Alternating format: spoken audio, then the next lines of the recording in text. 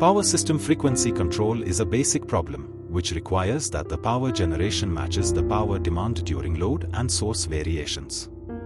The power system load frequency control aims to maintain zero steady-state errors for power system frequency.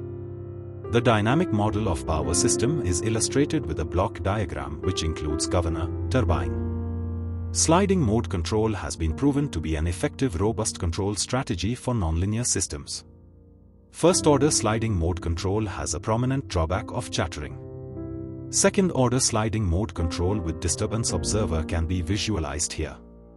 A disturbance observer is used to estimate the extended disturbance. The sliding mode control technique aims to drive the system to the sliding surface. The sliding surface should be established based on desired control objectives. Supertwisting algorithm is a unique absolutely continuous algorithm, which can effectively deal with the chattering problems and can direct